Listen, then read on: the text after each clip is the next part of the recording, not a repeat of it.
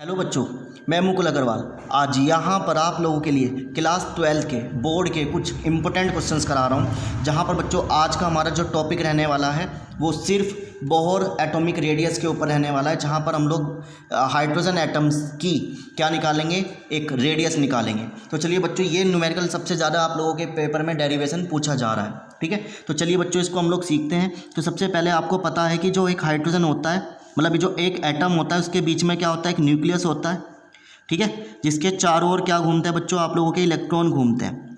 तो ये जो इलेक्ट्रॉन है ये न्यूक्लियस से क्या होते हैं, बंधे रहते हैं, यानी इनके बीच में अट्रैक्शन होता है। तो बच्चों आप लोगों ने पढ़ ही रखा होगा कि इसमें दो तरीके के फोर्स लगते हैं। एक इलेक्ट्रोस्टैटिक फोर्स लगता है जो इलेक्ट्रॉन को अपनी ओर खींचता है, और एक ऐसा फोर्स लगता है बच्चों जो इलेक्ट्रॉन को न्यूक्लियस के चारों ओर रिवॉल्व कराने में, घुमाने में मदद करता है, जिस फोर्स का नाम क्या होता है बच्चों, सेंट्रीपिटल फोर्स होता है, ठीक है। तो ये चीज़ आप लोगों को पहले से पता होगी। अगर इसे नहीं पता तो दोबारा से आप रिकॉल कर लीजिए कि जो न्यूक्लियस है, न्यूक्लियस इलेक्ट्रॉन को अपनी ओर खींच के रखता है, जिसका फोर्स का नाम क्या होता है बच्चों, इलेक्ट्रोस्टैटिक फोर्स, जिसका नाम क्या है, इलेक्ट्रोस्टैटिक फोर्स, ठीक है। और एक Fc होता है बच्चों, जिस फोर्स का नाम क्या होता है, सेंट्रीपिटल फोर्स होता है। तो दो तरीके के फोर्स बच्चों इस पूरी बॉडी को, इस पूरे इलेक्ट्रॉन को क्या करते हैं, रिवॉल्व कराने में मदद करते हैं, ठीक है। तो बॉडी को घुमाने में कौन काम करेगा, सेंट्रीपिटल फोर्स। इलेक्ट्रॉन को खींचने में, न्यूक्लियस के पास अट्रैक्शन कराने में कौन काम करेगा, आप लोगों का इलेक्ट्रोस्टैटिक फोर्स। तो ये दो तरीके के फोर्स होते हैं जिन पर बच्चों आप लोगों को काम करना है। तो चलिए, तो सबसे पहले हम लोग टॉपिक लिखते हैं जो हमें निकालना क्या है अपने टॉपिक कंसेप्ट में आज की वीडियो में, रेडियस ऑफ ऑर्बिट। ऑर्बिट की रेडियस कैसे आप लोग फाइंड करेंगे। तो बच्चों इसके लिए आपको कुछ थ्योरी से लिखनी पड़ेगी। The attraction between nucleus and electron will be provide a centripetal force। क्या प्रोवाइड करेगा बच्चों, एक सेंट्रीपिटल फोर्स यहाँ पर क्या करेगा, वो प्रोवाइड करेगा, ठीक है। ये चीज़ यहाँ पर हम लोगों ने थोड़ा सा लिख दिया, क्योंकि मैं सीबीएसई के बोर्ड के हिसाब से आप लोगों को करा रहा हूँ, क्योंकि मैं कॉपी चेक करने जाता हूँ सीबीएसई की। तो वहाँ पर जो सीबीएसई की आंसर की आती है उसके हिसाब से बच्चों मैंने अपने नोट्स तैयार कर रखे हैं, वही नोट्स मैं आपको दे रहा हूँ, ठीक है। तो सबसे पहले क्वेश्चन आता है तो बहुत इंपॉर्टेंट है, तो आपको ये चीज़ें थोड़ी सी लिखनी है। तो देखो सीबीएसई वाले, अगर यूपी बोर्ड वाले जो मेरी वीडियो को देख रहे हैं तो वो थोड़ी सी थ्योरी ज़्यादा लिखें, परंतु जो सीबीएसई वाले हैं वो थ्योरी कम लिखने की कोशिश करें, सिर्फ आप डेरिवेशन पे काम करें, ठीक है। तो सिर्फ आपको डेरिवेशन पे काम करना है, क्योंकि आपको वहाँ पर उस डेरिवेशन के स्टेप वाइज स्टेप नंबर होते हैं। क्योंकि हम लोग देखते हैं कि बच्चों आंसर लिख लेते हैं और वहाँ पर उनको नंबर नहीं देते हम लोग, क्योंकि हम लोग फेल कर लेते हैं। तो फेल करने का मतलब क्या है कि बच्चों ने सही कंसेप्ट नहीं लिख रखा, उल्टा सीधा लिख रखा है, पूछ कुछ रखा है, लिख कुछ रखा है, ठीक है। तो सबसे पहले हमने ये लिख लिया। अब अकॉर्डिंग टू स्टेटमेंट, इस स्टेटमेंट के कारण कि इलेक्ट्रोस्टैटिक फोर्स बराबर होता है किसके, सेंट्रीपिटल फोर्स के, क्योंकि दोनों ही चीज़ें इलेक्ट्रॉन को क्या कर रही है बच्चों, यहाँ पर रिवॉल्व कराने में, घुमाने में मदद कर रही है। तो बच्चों आपने फॉर्मूला पढ़ा है इलेक्ट्रोस्टैटिक फोर्स का, के Q1 Q2 upon R square, और सेंट्रीपिटल फोर्स का फॉर्मूला आप लोग बचपन से पढ़ते हुए आ रहे हैं, mv स्क्वायर अपॉन R। जहाँ पर बच्चों K एज इट इज़ रहेगा, Q1 क्या हो जाएगा, यहाँ पर इलेक्ट्रॉन हो जाएगा, Q2 क्या हो जाएगा बच्चों, ZE हो जाएगा। Z का मतलब एटॉमिक नंबर, E का मतलब इलेक्ट्रॉन। यानी जो बच्चों यहाँ पर Q1 है वो सिर्फ हम लोग इलेक्ट्रॉन के लिए काम कर रहे हैं, और जो Q2 है बच्चों वो किसके लिए काम कर रहे हैं हम लोग, प्रोटॉन के लिए, क्योंकि हाइड्रोजन में सिर्फ एक इलेक्ट्रॉन होता है, एक प्रोटॉन होता है, ठीक है। ये चीज़ मैंने यहाँ पर लिख ली। अपॉन R स्क्वायर ऐसा का ऐसा, mv स्क्वायर अपॉन R ऐसा का ऐसा। अब बच्चों आप इसको थोड़ा सा सोल्व करेंगे तो KZE square upon R square हो जाएगा, mv स्क्वायर अपॉन R, ठीक है। जहाँ पर बच्चों एक R से एक R कट गया आप लोगों का, तो यहाँ पर R की वैल्यू क्या बच गया, KZE स्क्वायर अपॉन R बच गया, और mv स्क्वायर ऐसा का ऐसा। अब आप क्या करेंगे, इसकी जगह चेंज करेंगे, ये इधर चला जाएगा, ये इधर आ जाएगा, तो क्या हो जाएगा, KZE square upon mv square is equals R।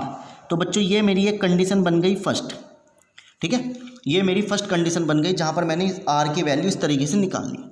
अब हम लोग ये जो काम कर रहे हैं बच्चों, किसके अकॉर्डिंग काम कर रहे हैं? According to Bohr model. तो बोहर मॉडल के आपने कंसेप्ट पढ़े होंगे, अगर नहीं पढ़े तो मैं पढ़ा दूंगा। तो बोहर मॉडल ने क्या कहा था कि ये जो इलेक्ट्रॉन है जब ये घूमता है तो इसके अंदर एक एंगुलर मोमेंटम क्रिएट होता है। क्या क्रिएट होता है? एंगुलर मोमेंटम क्रिएट होता है। मोमेंटम क्रिएट होता है, जिसको आप लोग किससे लिखते हैं बच्चों? एल से लिखते हैं। तो angular momentum according to Bohr model postulate, जो बोहर मॉडल का जो पोस्टुलेट है, ठीक है, उसमें एंगुलर मोमेंटम एक जनरेट होता है इस इलेक्ट्रॉन के अंदर। एंगुलर मोमेंटम जनरेट होता है एल बराबर NH/2 जो किसके बराबर होता है? mv/r के बराबर होता है। ठीक है बच्चों, ये चीज़ आ गई। तो यहाँ से v का वैल्यू अगर मैं निकालूँ तो ये mr मल्टीप्लाई में इधर चला जाएगा तो डिवाइड में हो जाएगा NH/2 mr, सॉरी यहाँ पर क्या आ जाएगा बच्चों? r आ जाएगा। यहाँ पर क्या आ गया आप लोगों के पास? r आ गया। ठीक है, तो ये वाली वैल्यू यहाँ पर आ गई। ठीक, अब इस वैल्यू को उठा के मैं कहाँ रख दूँ? ये मैंने बन गई सेकंड इक्वेशन। अब मैं क्या करूँ? Put second equation in first, यानी सेकंड इक्वेशन को किस में रख दूँ? फर्स्ट में रख दूँ। तो K Z square as it is, M as it is, V की जगह बच्चों ये रख देता हूँ NH/2 mr का whole square is equals to किसके? r। अब आप इसको थोड़ा सा सिंप्लीफाई करेंगे तो K Z E square M as it is, इसका स्क्वायर कर दो, n का स्क्वायर h का स्क्वायर। ये वैल्यू नीचे लिखी हुई है तो ऊपर चली जाएगी तो मल्टीप्लाई हो जाएगी। तो 2 का स्क्वायर बच्चों कितना हो जाएगा? 4 हो जाएगा। पाई का स्क्वायर, m का स्क्वायर, r का स्क्वायर बराबर r। जहाँ पर बच्चों मुझे चीज़ दिखाई दे रही है कि एक m कट गया, एक r यहाँ पर क्या हो गया? इस तरीके से कैंसिल हो गया। ठीक है, अब इसको थोड़ा सा आप लोग क्या करेंगे? सिंप्लीफाई करेंगे। तो क्या करेंगे? ये जो वैल्यू है नीचे से डिवाइड में चली जाएगी क्योंकि यहाँ पर 1 बच गया ना। तो क्या होगा? ये वैल्यू नीचे से इधर चली गई तो क्या लिखा गई? n square h square. ये बची हुई वैल्यू नीचे चली जाएंगे। के Z E square 4 pi square, एक m बच गया था, बच गया यहाँ पर एक r बच गया था बच्चों, वो इस तरीके से r हमने यहाँ पर लिख दिया। क्लियर? तो ये वाली वैल्यू यहाँ पर इस तरीके से आपके पास आ गई। दोबारा समझ लीजिए, ये नीचे लिखी थी इधर पहुँचा दी क्योंकि यहाँ पर 1 बच गया, क्योंकि इस r से ये वाला r कट गया तो यहाँ पर 1 बच गया। ये वाली वैल्यू नीचे लिखी थी इधर चली गई, ये सारी वैल्यू उठा के नीचे आ गई। एक m बच गया क्योंकि नीचे एक m था, यहाँ पर 2m, तो एक m यहाँ बचा तो ये वाली वैल्यू यहाँ पर आ गई। क्लियर? अब आपने क्या करना है? आपने क्या करना है? ये वैल्यू कुछ इसमें से कांस्टेंट है। तो देखो h स्क्वायर कांस्टेंट है, जहाँ पर h स्क्वायर क्या होता है? Planck constant. k की वैल्यू कांस्टेंट होती है, ठीक है, e की वैल्यू कांस्टेंट है, 4 पाई स्क्वायर की वैल्यू कांस्टेंट है, मास ऑफ इलेक्ट्रॉन कांस्टेंट है। सिर्फ क्या कांस्टेंट नहीं है आप लोगों के पास? n का स्क्वायर अपॉन z। ये वाली वैल्यू बच्चों आप लोगों के पास कांस्टेंट नहीं है, क्योंकि हम लोग सिर्फ हाइड्रोजन एटम के लिए बात कर रहे हैं। तो ऐसे ही हम लोग अगर किसी और एटम के लिए बात करेंगे तो उसके लिए n क्या होगा? नंबर ऑफ ऑर्बिटल होगा, z क्या होगा? एटॉमिक नंबर होगा। यदि मान लो हीलियम के लिए है तो हीलियम के लिए z कितना हो जाएगा? 2 हो जाएगा। हीलियम के लिए n की वैल्यू कितनी हो जाएगी? 1 हो जाएगी। अगर लिथियम के लिए बात करें तो लिथियम कितना हो जाएगा? z 3 हो जाएगा। उसके लिए n की वैल्यू 2 हो जाएगी, तो ये वाली वैल्यू चेंज हो जाएगी, तो रेडियस बढ़ती चली जाएगी। ठीक है, तो रेडियस यहाँ पर क्या होती जाएगी बच्चों? आप लोगों की चेंज होती जाएगी। इस वजह से हमने ये वाली वैल्यू चेंज नहीं करी। ये वैल्यू डिफरेंट है, वेरिएबल है, अलग अलग एटम के हिसाब से लाई करेगी, परंतु ये वैल्यू हर जगह क्या रहेगी? कांस्टेंट रहेगी।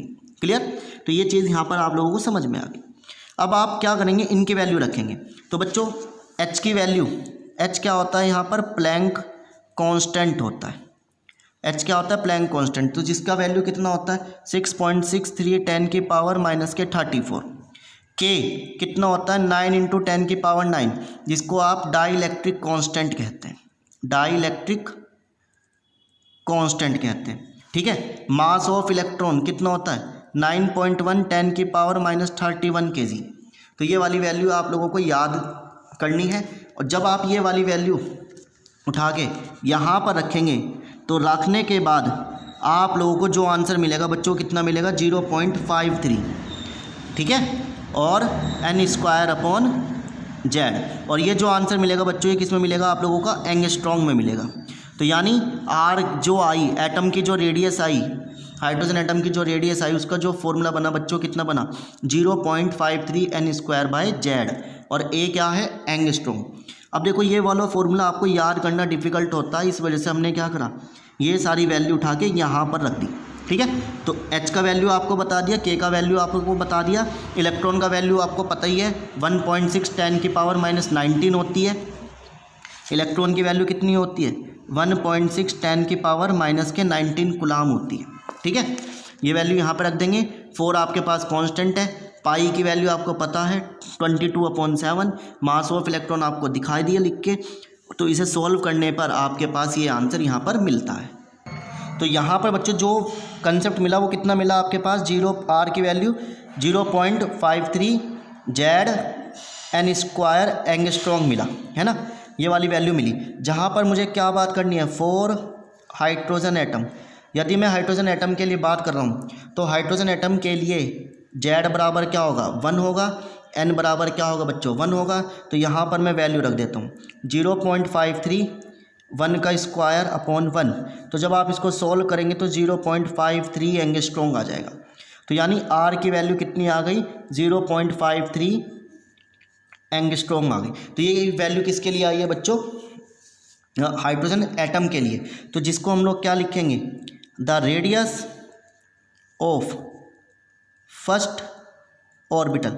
ये जो रेडियस है बच्चों ये पहले ऑर्बिटल की है। ठीक है, orbital of hydrogen atom is called Bohr radius. तो बच्चों ये क्या है आप लोगों की, बोहर रेडियस है। ठीक है, तो जो ये जो रेडियस है ये पहले ऑर्बिट की है, जिसको हमने क्या कहा है बच्चों यहाँ पर, बोहर रेडियस कहा है। ठीक है, तो ये वेरी इंपॉर्टेंट रिलेशन है जो आप लोगों को करना है। तो प्लीज़ बच्चों आप इसको ज़रूर करें। अब हम लोग क्या कर रहे हैं, यहाँ पर इलेक्ट्रॉन की वेलोसिटी निकाल रहे हैं। तो चलिए इलेक्ट्रॉन की वेलोसिटी अब निकालते हैं, कैसे निकालते हैं देखते हैं। अब बच्चों आप लोग क्या निकालना सीख रहे हैं यहाँ पर, velocity of electron in atom. जो एटम है उसके अंदर जो इलेक्ट्रॉन है उसकी वेलोसिटी कैसे निकालते हैं। ठीक है, तो इसके लिए आप लोग क्या करेंगे, अभी आपने क्या देखा कि पीछे जो इक्वेशन मिली mv²/r is equals to kZe²/r का स्क्वायर आया था, ये इक्वेशन थी ना। तो जहाँ पर बच्चों एक r से एक r कट गया तो क्या बचा, mv² is equals to kZe² आ गया। इसको हमने मान ली क्या बच्चों, अपॉन में एक r। देखो ये था centripetal force is equals to electrostatic force, पीछे से एक इक्वेशन बनी थी। ठीक है, जहाँ से एक r कट गया आप लोगों का, यहाँ पर एक r से एक r कट गया। ठीक है, तो क्या बचा, mv² is equals to kZe²/r। ये मैंने क्या मान ली यहाँ पर, फर्स्ट इक्वेशन। ठीक, अब अकॉर्डिंग टू बोहर मॉडल आपको एक चीज़ लिखाई गई थी, NH/2π is equals mvr, NH/2π is equals to mvr। तो बच्चों यहाँ से हम लोग r की वैल्यू अगर निकाल लें तो क्या बनेगी, ये मल्टीप्लाई में जाएगा तो डिवाइड में, NH/2π mv, ये वैल्यू बन गई। इसको मैंने क्या कह दिया बच्चों, ये मेरे पास सेकंड इक्वेशन बन गई। तो यहाँ से मैंने किसकी वैल्यू निकाल ली, r की वैल्यू निकाल ली। ठीक है, ये इक्वेशन आ गई मेरे पास। अब मैं क्या करूँ, इन वैल्यू को उठाकर कहाँ रख दूँ, यहाँ रख दूँ। यानी ये वाली वैल्यू उठाकर कहाँ रख दूँ, यदि मैं यहाँ रख दूँ तो क्या होगा, तो इसको मान लेते हैं a। तो क्या लिखेंगे, put a in first equation. a को किस में पुट कर दो, फर्स्ट में। तो mv² is equals to kZe², r की जगह क्या रख देंगे, NH/2π।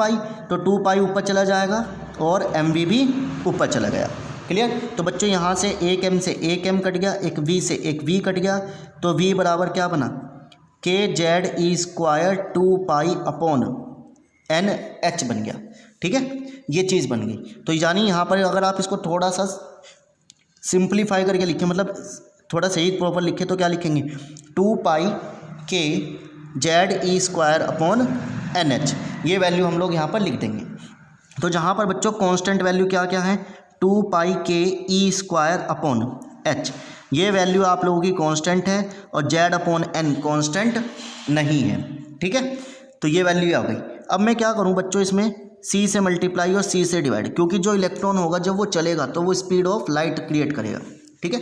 तो स्पीड ऑफ लाइट से वो चलेगा, तो जहाँ पर मैंने सी से मल्टीप्लाई सी से डिवाइड करा तो जो आंसर मिलेगा वो कैसे मिलेगा देखो।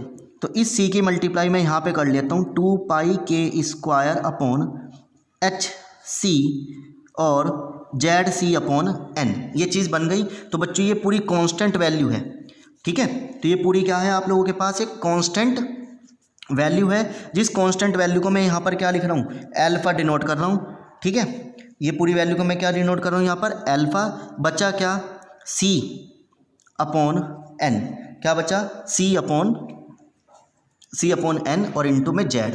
तो ये पूरी जो वैल्यू है ये बच्चों मैंने कंसिडर करी अल्फा 2 पाई के E square upon H C. जहाँ पर बच्चों मैं इसकी वैल्यू रखूँगा और इसकी वैल्यू रखने पर जो मुझे आंसर मिलेगा वो कितना मिलेगा, 1/37 मिलेगा, ठीक है, 1/37। ये कांस्टेंट वैल्यू है बच्चों, ये चीज़ आप लोगों को याद रखनी है।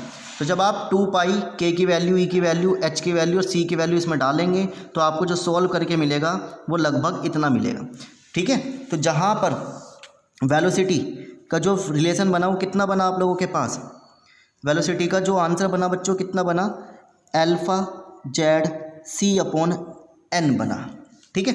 तो यदि हम लोग किसके बात कर रहे हैं, फॉर हाइड्रोजन एटम के लिए बात कर रहे हैं, यदि हम लोग किसके बात कर रहे हैं, हाइड्रोजन एटम के लिए, तो एन की वैल्यू 1 होगी, जेड की वैल्यू 1 होगी, उठा के इसमें रख देंगे अल्फा इंटू 1 इंटू सी अपॉन 1, तो कितना आंसर मिलेगा, अल्फा सी, यानी v बराबर किसके बराबर हो जाएगी, अल्फा सी के बराबर हो जाएगी। और अल्फा का वैल्यू अभी आपके पास कितना आया था, 1/37 सी आया था, ठीक है। तो ये चीज़ आप लोगों के पास यहाँ पर वेलोसिटी ऑफ इलेक्ट्रॉन निकल गई। तो अब आप इसके लिए क्या लिखेंगे, in the first orbital of hydrogen atom the velocity of electron is 1/37 times of the speed of light. तो इसकी जो आंसर आया उसकी लैंग्वेज मैंने थोड़ी सी यहाँ पर लिख दी कि फर्स्ट ऑर्बिटल के अंदर हाइड्रोजन एटम के जो इलेक्ट्रॉन की वेलोसिटी है वो स्पीड ऑफ लाइट का कितने टाइम्स है, 1/37 टाइम्स है, ठीक है। तो ये चीज़ यहाँ पर आप लोगों को प्रूव करनी थी, वेलोसिटी ऑफ इलेक्ट्रॉन आपको निकालना था, वो हम लोगों ने यहाँ पर निकाल दिया। अब हम लोग क्या सीखेंगे बच्चों, इसका एनर्जी ऑफ इलेक्ट्रॉन सीखेंगे। अब बच्चों आपको क्या करना है, यहाँ पर एनर्जी ऑफ एन इलेक्ट्रॉन निकालना है, ठीक है। तो हम आपको पढ़ाया है कि इलेक्ट्रॉन है, तो इलेक्ट्रॉन जब चलेगा न्यूक्लियस के चारों ओर घूमेगा तो बच्चों उसकी कुछ ना कुछ स्पीड होगी। तो जब कुछ ना कुछ स्पीड होती है तो वो किसके बराबर होती है, काइनेटिक एनर्जी के बराबर होती है। तो आप क्या लिखेंगे, according to kinetic energy, kinetic energy क्या करेगी, उस इलेक्ट्रॉन को स्पीड देगी, यानी ड्यू टू मोशन क्रिएट करेगी। तो काइनेटिक एनर्जी का फॉर्मूला कितना होता है, 12 mv² होता है, ठीक है। तो बच्चों जहाँ पर काइनेटिक एनर्जी, तो बच्चों में क्या कह रहा था कि जो इलेक्ट्रॉन है वो क्या करेगा, घूमेगा, तो काइनेटिक एनर्जी उसके अंदर प्रोड्यूस होगी। तो काइनेटिक एनर्जी का फॉर्मूला कितना हो गया, 12 mv² हो गया, ठीक है। अब आपको मैंने भी एक चीज़ पढ़ाई थी कि mv² किसके बराबर है, kZe² अपॉन r के। तो आप ये वाली इक्वेशन लिख लेंगे, mv² = kZe² अपॉन r के बराबर है ना। ये वाली वैल्यू यहाँ से उठाई और ये वाली वैल्यू उठा के यहाँ रख दो। तो काइनेटिक एनर्जी का फॉर्मूला क्या है, 1/2 m एज इट इज़, और 1/2 mv² की जगह बच्चों आप क्या रख देंगे, kZe² अपॉन r रख देंगे। तो जहाँ पर बच्चों काइनेटिक एनर्जी का आंसर क्या मिला, 1/2 r kZe²। तो ये बच्चों ये इसकी क्या बन गई, काइनेटिक एनर्जी बन गई, ठीक है। तो ये इसका आंसर। अब जब काइनेटिक एनर्जी डेवलप हो गई तो उसकी पोजीशन क्या होगी, इलेक्ट्रॉन की चेंज होगी। तो जब इलेक्ट्रॉन की पोजीशन चेंज होगी तो उसके अंदर कुछ ना कुछ पोटेंशियल एनर्जी क्रिएट होगी। तो पोटेंशियल एनर्जी के लिए आपने एक, जब वो इलेक्ट्रॉन चलेगा तो एक करंट पैदा करेगा, करंट पैदा करेगा तो एक वोल्टेज बनाएगा। तो वोल्टेज के लिए आप लोगों ने फॉर्मूला पढ़ा है के Q1 Q2 अपॉन R। के एज इट इज़ Q1 की जगह E और Q2 की जगह ZE अपॉन R। तो क्या आंसर मिलेगा, kZe² अपॉन R मिलेगा। और जहाँ पर बच्चों ये पोटेंशियल एनर्जी जो वोल्टेज है ये कैसी होगी, नेगेटिव होगी, क्योंकि इलेक्ट्रॉन उल्टे चलने से करंट क्या होता है, उल्टा बनता है ना, यानी इलेक्ट्रॉन ऐसे चल रहे हैं तो करंट वैसे बनेगा। जैसे मान लीजिए ये इलेक्ट्रॉन चल रहे हैं इस तरीके से, तो आप लोगों का जो करंट मिलेगा वो बच्चों किस तरफ मिलेगा, इधर की ओर मिलेगा। इलेक्ट्रॉन ऐसे जा रहे हैं तो करंट ऐसे जाएगा, तो जिसके कारण पोटेंशियल इधर की ओर होगा, है ना। तो इसके कारण ये पोटेंशियल क्या हो गया, नेगेटिव आ गया, ठीक है। तो जिसके कारण ये पोटेंशियल की वैल्यू कैसी आ गई, नेगेटिव आ गई। तो यदि बच्चों मैं टोटल एनर्जी की बात करूँ, टोटल एनर्जी प्रोड्यूस, तो कैसी होगी, kinetic energy plus potential energy. तो काइनेटिक एनर्जी का फॉर्मूला कितना आया, ये आया 1/2R ZKE² plus potential energy के लिए KZE²/R। तो बच्चों इसमें से क्या कॉमन आ रहा है, KZE²/R कॉमन आ गया, बचा क्या 1/2 - 1। जब आप इसको सॉल्व करेंगे, एक में से आधा जाएगा तो माइनस का बच जाएगा, तो टोटल एनर्जी बच्चों क्या बचेगी, माइनस के हाफ KZE²/R बच गई। और ये पूरी एनर्जी बच्चों किसके बराबर होती है, काइनेटिक एनर्जी के बराबर होती है। यानी टोटल एनर्जी इलेक्ट्रॉन की काइनेटिक एनर्जी के उल्टी होती है, नेगेटिव होती है। यानी जो टोटल एनर्जी होती है वो काइनेटिक एनर्जी के ही बराबर होती है, परंतु कैसे साइन के साथ होती है, नेगेटिव साइन के साथ यहाँ पर वो क्या होती है, फॉर्म होती है, ठीक है।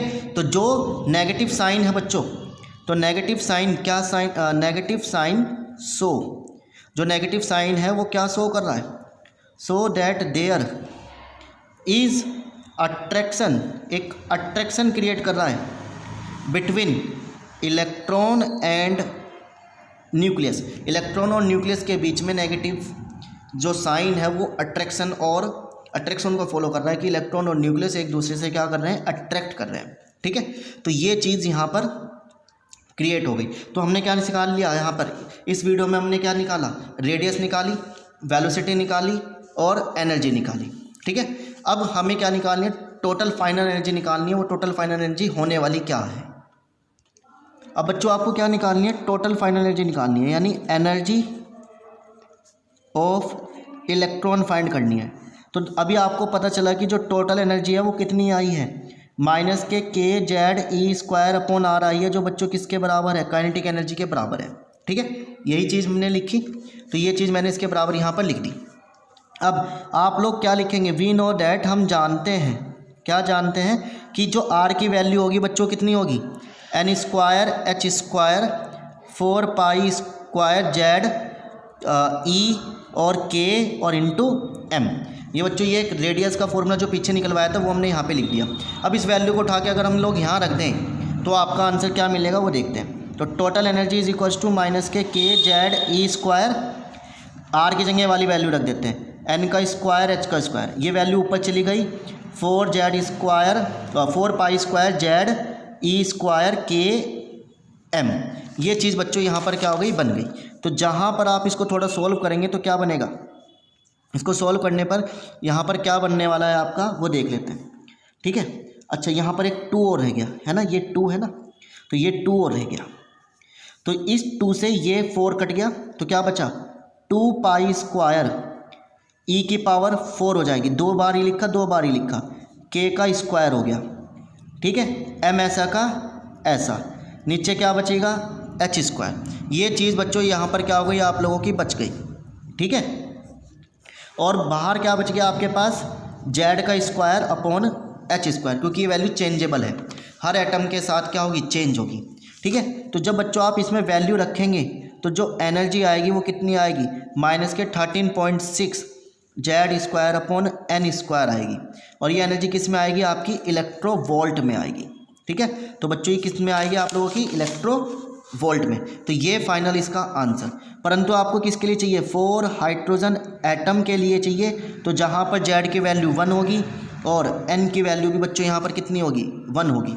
तो यदि आप हाइड्रोजन एटम के लिए रख रहे हैं तो माइनस के 13.6 Z की जगह 1, हाइड्रोजन N की जगह 1, तो कितना आंसर मिलेगा आप लोगों को, इतने इलेक्ट्रोवोल्ट एनर्जी आप लोगों को यहाँ पर क्या होगी, फाउंड होगी, जो किसके लिए होगी, 4 फर्स्ट ऑर्बिटल के लिए, जहाँ पर बच्चों ये वैल्यू किसके लिए होगी आप लोगों की, पहले ऑर्बिटल के लिए होगी। हाइड्रोजन का जो पहला ऑर्बिटल होगा उसके लिए कितनी एनर्जी आपको मिलेगी, -13.6 इलेक्ट्रोवोल्ट एनर्जी यहाँ पर मिलेगी। ठीक है। यदि बच्चों हम लोग किसके लिए करें, n बराबर 2 के लिए करें, यानी क्लास जो ऑर्बिटल है उसकी और जो क्लास है वो कितनी हो जाए, यदि 2 हो जाए तो उसके लिए कितनी वैल्यू मिलेगी, -13.6 Z square as it is, n की जगह 2 का स्क्वायर रख देंगे तो ये 4 बन जाएगा। 4 से आप इसे डिवाइड करेंगे तो -3.4 जेड स्क्वायर इलेक्ट्रोवोल्ट एनर्जी आप लोगों को यहाँ पर मिलेगी। ठीक है। यदि n की वैल्यू बच्चों आप लोग 3 रख देते हैं तो E is equals to -13.6 Z square upon 3 का स्क्वायर, ये 9 बन जाएगा। और 9 से जब आप इसको डिवाइड करेंगे तो आपके पास बच्चों कितना आंसर मिलेगा, 1.550 लगभग इतना इलेक्ट्रोवोल्ट, और साथ में जेड स्क्वायर भी यहाँ पर आप लोगों को मिलेगा। यदि बच्चों आप लोग n की जगह 4 रख दें तो E की वैल्यू -13.6 जेड स्क्वायर अपॉन 4 का स्क्वायर, तो 4 का स्क्वायर यानी 16 से आप इसे डिवाइड करेंगे तो 0.85 जेड स्क्वायर इलेक्ट्रोवोल्ट, इतनी एनर्जी आप लोगों को एक पैटर्न में मिलती जाएगी। तो जैसे जैसे आप इलेक्ट्रॉन को दूर पहुंचाते जाओगे तो उसकी एनर्जी क्या होती जाएगी, कम होती जाएगी। ठीक है। तो ये मेरा फाइनल प्रूफ था जो आप लोगों को करना है। ठीक है। तो ये बच्चों मैंने बोर्ड के हिसाब से आप लोगों को प्रैक्टिस करा दी, तो आप प्लीज़ इस न्यूमेरिकल को ज़रूर करें। अब हम लोग मिलेंगे कुछ और नए क्वेश्चन के साथ जो आप लोगों के लिए मैं लेके आऊँगा।